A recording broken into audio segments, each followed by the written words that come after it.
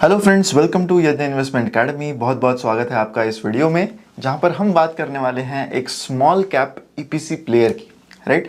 बहुत सारे रेशियोज, बहुत सारे कुछ बेसिक नंबर्स अगर हम देखें तो ये कंपनी के कुछ स्टैंडर्ड रेशियोज जैसे कि रिटर्न ऑन कैपिटल एम्प्लॉयड, ये नंबर्स काफ़ी अच्छे आते हैं। That warrants analysis from our point of view कि हमें एटलीस्ट समझना चाहिए कि ये बिजनेस क्या है एंड ये कैसे ग्रो कर रहा है, फिलहाल के नंबर्स कैसे हैं, क्या रिस्क है।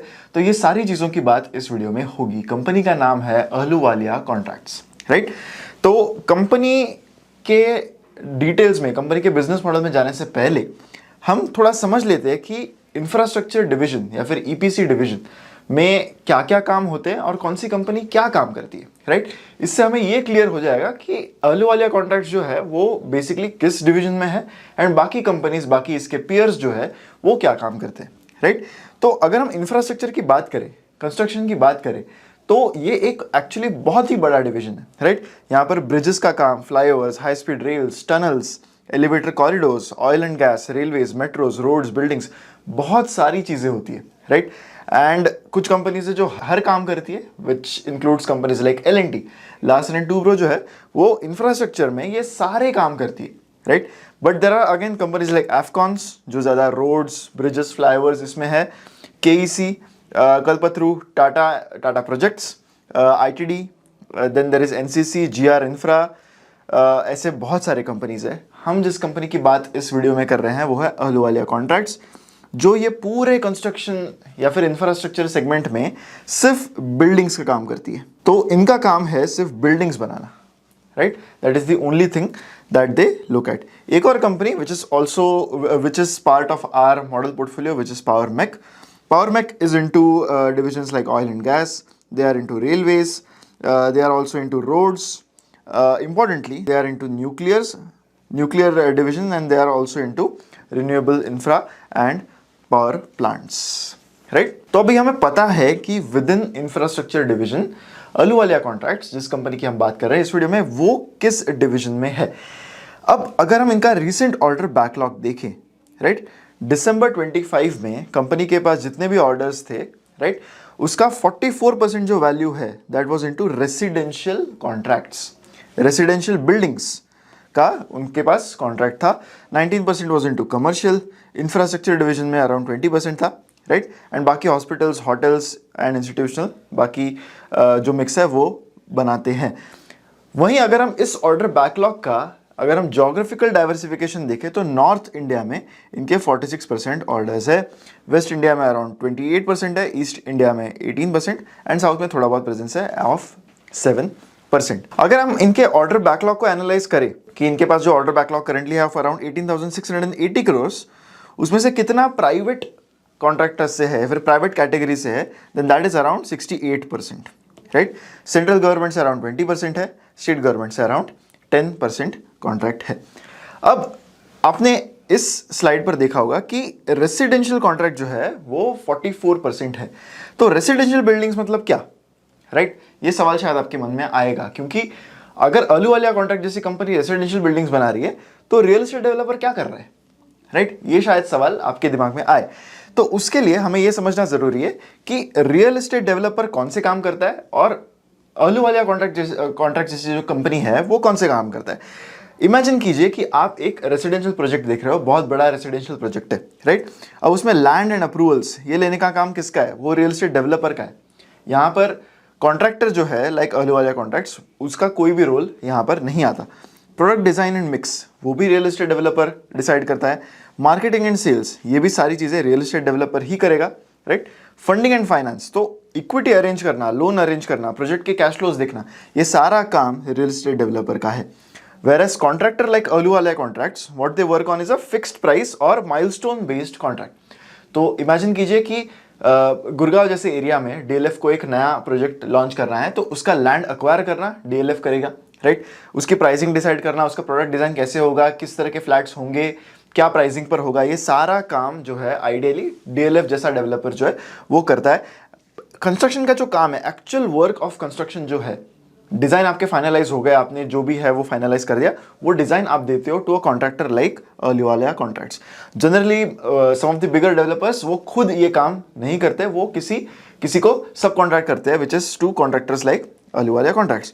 कंस्ट्रक्शन की जो रिस्पॉन्सिबिलिटी है वो कंप्लीटली कॉन्ट्रैक्टर के पास होती है, which is executing civil, structural, finishing and external work as per the contract between the contractor and the real estate developer. जो कॉन्ट्रैक्टर है वो इसके लिए कुछ सब कॉन्ट्रैक्टर्स भी लगा सकता है, राइट? तो वो काम भी अहलूवालिया कॉन्ट्रैक्ट जैसी कंपनी यहाँ पर करेगी। लीगल एंड रेरा कंप्लायंस जो है वो that is completely handled by the real estate developer here. And जो रेवेन्यू मॉडल है रियल एस्टेट डेवलपर के लिए क्या है कि वो जो फ्लैट है या फिर जो बिल्डिंग है उसके यूनिट्स बेच के पैसा कमाएगा, whereas the revenue model for Ahluwalia Contracts is कि वो कंस्ट्रक्शन फीस लेगा from the developer like DLF and project management charges उसमें से आएंगे, फ्लैट के सेल्स नहीं आएंगे, उसका कोई शेयर भी नहीं आएगा, राइट? तो अगर हम अभी करंटली इनकी ऑर्डर बुक देखें अहलूवालिया कॉन्ट्रैक्ट्स की, तो इनके जो टॉप 10 ऑनगोइंग प्रोजेक्ट्स है उसमें क्या क्या आता है, तो these are numbers in millions, right? तो redevelopment of CST at Mumbai, so Chhatrapati Shivaji Maharaj terminus जो एक बहुत बड़ा रेलवे स्टेशन है इन मुंबई, तो उसका रीडेवलपमेंट का काम अहलूवालिया कॉन्ट्रैक्ट्स के पास है। अभी जस्ट बेसिक काम यहाँ पर स्टार्ट हुआ है, बहुत बड़ा एग्जीक्यूशन FY27 में यहाँ पर आएगा। Whereas India jewellery park Mumbai में है, अगेन ये गवर्नमेंट का ही काम यहाँ पर रहेगा। देन दालियाज डीएलएफ गुरुग्राम में रियल एस्टेट की बहुत चर्चा होती है, काफ़ी सारा काम वहाँ पर डीएलएफ का या फिर बाकी डेवलपर्स का इससे पहले अहलूवालिया कॉन्ट्रैक्ट्स कर चुका है, लेकिन डीएलएफ के लिए एक बहुत ही इंपॉर्टेंट जो है वो कॉन्ट्रैक्टर अहलूवालिया कॉन्ट्रैक्ट्स है। अब एक इंपॉर्टेंट पार्ट आता है यहाँ पर जहाँ पर हमें आरओसी नंबर्स देखने हैं। इंफ्रास्ट्रक्चर डिवीजन में द प्रॉब्लम इज कि हमें एक साल का आरओसी देखना इंपॉर्टेंट नहीं है या फिर it will be very misleading. The reason is कि अगर हम इन कंपनीज का रेवेन्यू मॉडल समझे कि ये रेवेन्यू कब रिकॉग्नाइज करते हैं, तो इसमें कुछ फिक्स्ड माइलस्टोन्स होते हैं कि इतना काम अगर हो जाए तो हम उतना रेवेन्यू रिकॉग्नाइज कर सकते हैं। अब इसमें कई बार टाइमिंग डिफरेंसेस होते हैं, हो सकता है कि आपने कोई बिल्डिंग स्टार्ट की होगी काम करना may be in the month of February, right? अब मार्च एंडिंग तक उसका कितना रेवेन्यू आना चाहिए नहीं आना चाहिए बुक्स में, दैट डिपेंड्स ऑन कि कितना काम आपका उस बिल्डिंग का कंप्लीट हो चुका है। इसके रिलेटेड सारे अकाउंटिंग स्टैंडर्ड्स जो है वो डिक्टेट करते हैं कि आपको क्या रेवेन्यू रिकॉग्नाइज करना चाहिए। तो लॉन्गर टर्म के अगर आप आरओसी नंबर्स देखोगे या फिर एवरेज आरओसी नंबर्स देखोगे for a 10-year basis, then that will give you a true idea of the efficiency of the company। तो अगर हम पिछले 10 साल का एवरेज आरओसी नंबर्स कंपेयर करें तो Ahluwalia contracts comes at around 26% ROC, which is a very good number, right? Specially in a division like infra जहां पर आरओसी नंबर्स उतने इजीली आप हायर आरओसी नंबर्स नहीं ला सकते क्योंकि आपका बिजनेस जो है वो असेट लाइट नहीं है, राइट? तो among some of the better ROC numbers यहाँ पर आप देख सकते हो Ahluwalia Contracts stands out here. Apart from that G infra, right? GR Infra Projects, even KNR Constructions, even Ashoka Buildcon, these are some of the companies जिनका ROC number यहाँ पर 20% से ज़्यादा है। That means they clearly have a very good efficiency over the longer term।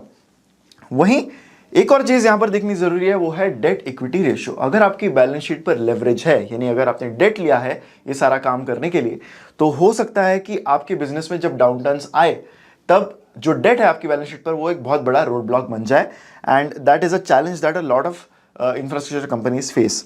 लेकिन अगर आप यहाँ पर अहलूवालिया कॉन्ट्रैक्ट्स का डेट देखोगे तो that is zero, it is almost a debt free company, right? ये एक बहुत बड़ा एडवांटेज है कंपनी के लिए, which some of their peers do not have. कुछ पीयर्स के जो डेट इक्विटी रेशियोज है they are clearly very high. Next हमें पता है कि order book currently around 18,600 crore की है, लेकिन उसका ट्रेंड कैसा है? अगर हम पिछले कुछ सालों में उसका ट्रेंड देखें या फिर पिछले कुछ क्वार्टर्स का ट्रेंड देखें तो this order book has seen a very good growth. अगर हम मार्च 23 की बात करें तो वहाँ पर 40% की ऑर्डर बुक ग्रोथ थी, लेकिन that was because of a lower base of March 22। लेकिन उस बेस पर भी मार्च 24 में 37% से कंपनी का ऑर्डर बुक ग्रो हुआ है। उस बेस पर 41% से कंपनी का ऑर्डर बुक ग्रो हुआ मार्च 25 में, और अगर हम दिसंबर 25 तक देखें तो उस बेस पर भी अराउंड 18% का ग्रोथ कंपनी के ऑर्डर बुक में यहाँ पर दिखा है। ऑर्डर बुक एक ऐसी टर्म है जो इस सेक्टर में काफ़ी ज़रूरी है समझने के लिए। जब भी आपके प्रोजेक्ट्स एग्जीक्यूट होंगे, आप रेवेन्यू रिकॉग्नाइज करोगे तो वो ऑर्डर बुक से कम होगा, एंड कोई भी नए कॉन्ट्रैक्ट जो आपको मिलते हैं वो ऑर्डर बुक में ऐड हो जाएंगे। अब बात करते हैं Q3 के रिजल्ट्स के बाद की जो कमेंट्री कंपनी ने दी अबाउट द फ्यूचर, राइट? तो Q3 का जो नंबर था कंपनी का रेवेन्यू का, that was not really very good. उसका रीज़न ये है कि कंपनी के बहुत सारे जो प्रोजेक्ट्स हैं वो दिल्ली NCR रीजन में होते हैं। Q3 में दिल्ली एनसीआर रीजन में क्या होता है, बहुत सारा पोल्यूशन होता है, राइट। तो इस पोल्यूशन की वजह से जो एंटी पोल्यूशन नॉर्म्स गवर्नमेंट ने यहाँ पर लगाए थे, उस वजह से कंपनी के बहुत सारे प्रोजेक्ट्स जो है वो रोके गए, right. They had to be stopped because वो एक ब्लैंकेट नॉर्म था जो सारे ही कंस्ट्रक्शन प्रोजेक्ट्स के ऊपर जो है वो सरकार ने लगाया था, जिस वजह से कंपनी के जो प्रोजेक्ट्स है आइडियली Q3 में हमेशा ऐसा होता ही है कंपनी के बिजनेस में, स्पेशली क्योंकि इनका बहुत सारा बिजनेस जो है वो नॉर्थ सेंटर्ड है, जहां पर ये प्रॉब्लम मेजर होती है Q3 में। तो FY26 का जो गाइडेंस है कंपनी ने वो रिड्यूस कर दिया इस वजह से, because of a poorly executed Q3। अब Q4 खत्म हो चुका है, लेकिन कंपनी के रिजल्ट्स आना बाकी है। जब Q4 के रिजल्ट्स आएंगे तब हमें समझ में आएगा कि क्या वो उनके रिड्यूस गाइडेंस भी कंप्लीट कर पाए। तो रेवेन्यू गाइडेंस FY27 के लिए, यानी जो साल अभी जो शुरू हुआ है, उसके लिए 15 to 20% की रेवेन्यू ग्रोथ का है। मैनेजमेंट का ये कहना है कि this is a conservative growth guidance जो उन्होंने यहाँ पर बताया है। Q4 was also expected to be soft, तो अभी हमें देखना होगा कि नंबर्स कैसे आएंगे, क्योंकि होली रिलेटेड डिस्ट्रप्शंस जो है इनके बिजनेस में काफ़ी ज़्यादा आते हैं। ऑर्डर इनफ्लो FY26 में हमने अब तक ऑर्डर बुक की बात की, अनएग्जीक्यूटेड ऑर्डर बुक की बात हुई थी। अब ऑर्डर इनफ्लो कितना है, यानी नए ऑर्डर्स कितने हैं FY26 में, वो अराउंड 9,500 करोड़ के ऑर्डर्स आए, which is a good number, right. क्योंकि साल के स्टार्ट में मैनेजमेंट का कहना था कि 8,000 करोड़ के जो ऑर्डर्स है वो एक्सपेक्ट करते हैं, तो उससे ज़्यादा गाइडेंस से ज़्यादा उन्होंने ऑर्डर्स ऑलरेडी इस साल में लाए हैं।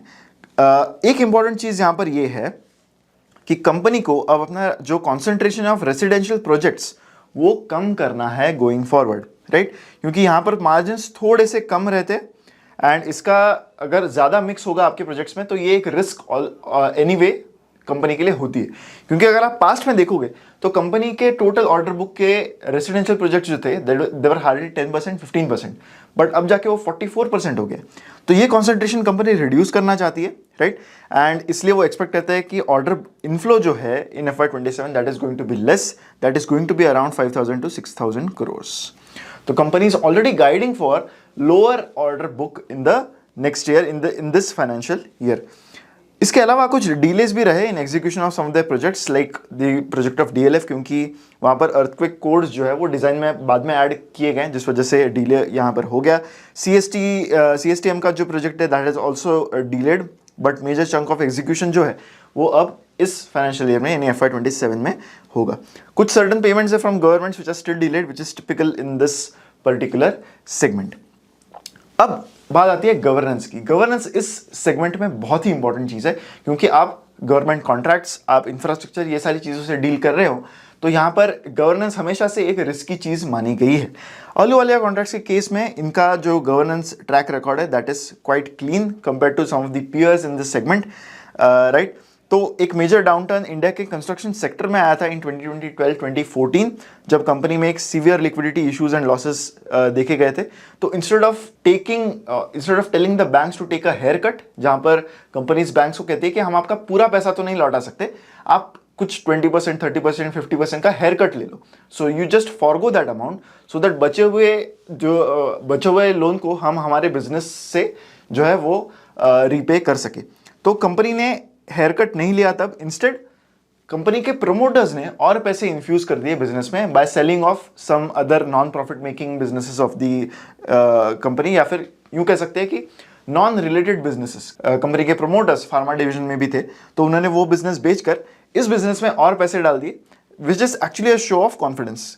मार्केट को ऐसी चीजें बहुत पसंद आती है, क्योंकि that is actually increasing your skin in the game. Promoters खुद अपने बिजनेस में ज्यादा पैसा डाल रहे हैं, so that is a very big confidence that the companies that the market usually takes. So कोई ऐसी major non compliance की history नहीं है। एक minor settlement उन्होंने CB के साथ किया था regarding a takeover code in 2009, and promoter integrity seems to be quite strong because of this, क्योंकि 2013-2014 में कंपनी ने एक टफ टाइम में कंपनी के प्रोमोटर्स ने और पैसे इन्फ्यूज किए। Overall board oversight is good, audit quality is quite clean.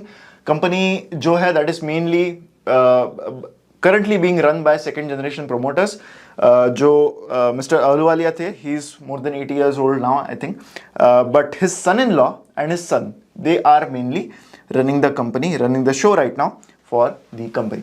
तो ओवरऑल अगर हम इस कंपनी के बिजनेस को सम अप करने जाए तो if we talk about the three positives of this business, just to sum up 3 positives and 3 risks की बात हम यहाँ पर करेंगे. So return ratios are very excellent, right. Historically they have given really good numbers, which is kind of a hallmark of good execution and low leverage on the balance sheet.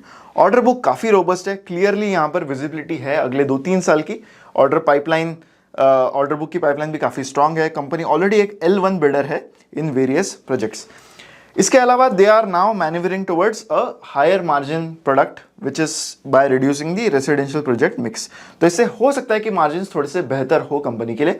Currently around 10% के operating margin पर company operate करती है. वहीं risks की अगर बात करें तो कुछ सेक्टर स्पेसिफिक रिस्क है, लाइक एग्जीक्यूशन डिलेज. तो कई बार ये जो है ना, ये कंपनी के हैंड्स के बाहर होता है, तो ये एक थोड़ा सेक्टर रिलेटेड इशू है. Collection can also be a risk, right. Government के साथ अगर आप डील कर रहे हो तो कई बार कलेक्शन जो है that becomes a problem.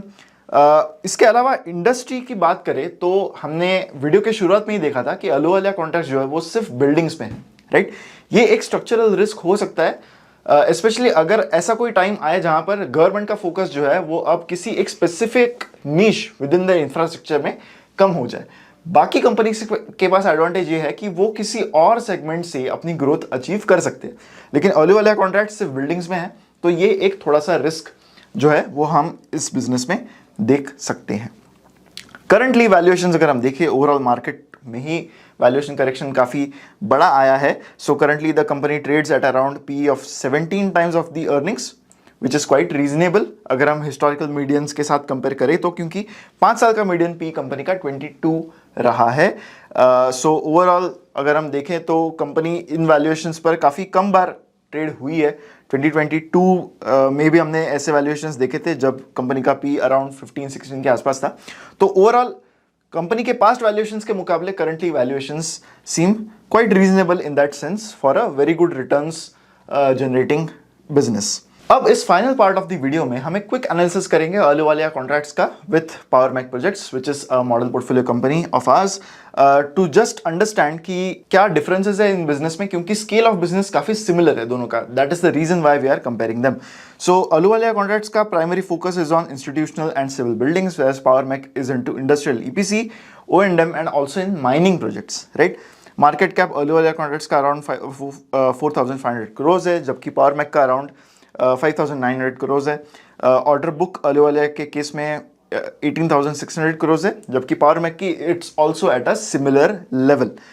Revenue growth पिछले 3 साल की अहलूवालिया कॉन्ट्रैक्ट्स के लिए it has been around 18 to 20%, जबकि पावर मैक के लिए it has been 22 to 25%, right.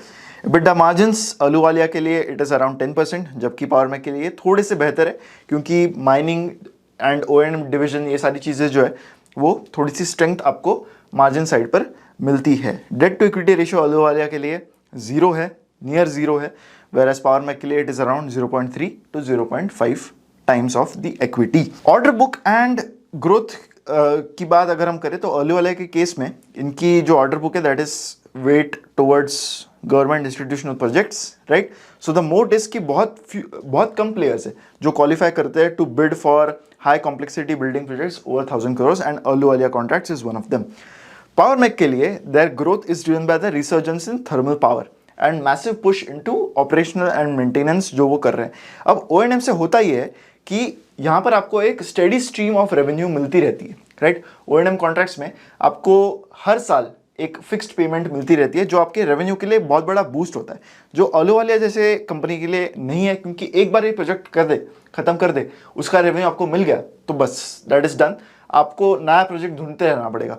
जबकि पावर मैक के लिए अगर उनको O&M कॉन्ट्रैक्ट मिलता है तो उस प्रोजेक्ट से इनको एक रिकरिंग रेवेन्यू मिलते रहेगा, right. It is not much but it is still going to give them a steady revenue. तो that is one major secret sauce जो पावर मैक के पास है, right. So O&M contributes around 25 to 30% of their business. This is for Power Mech. So this is high margin, sticky and recurring revenue, right. Risk की बात करें तो अहलूवालिया के case में ऑब्वियसली हमने रिस्क की बात ऑलरेडी कर ली है. पावर मैक के केस में इनको हाई वर्किंग कैपिटल की रिक्वायरमेंट होती है, क्योंकि ये heavy industry and power utilities में डील कर रहे हैं. So they often have money stuck in receivables compared to a company like Ahluwalia Contracts. So that was our video on analysing this small cap EPC player. अगर आपको ये video अच्छा लगा है तो लाइक जरूर कीजिएगा वीडियो को एंड शेयर भी करें इस वीडियो को विद मैक्सिमम पीपल। ऐसी वीडियोस के लिए हमारे चैनल पर बने रहें एंड आगे आप अगर चाहते हो कि और कोई कंपनीज हम इस तरह से एनालाइज करें तो हमें कमेंट्स में ज़रूर बताइए कि और कौन से कंपनीज है जो आप चाहते हो कि हम एनालाइज करें। मिलते हैं अगले वीडियो में। Thank you so much.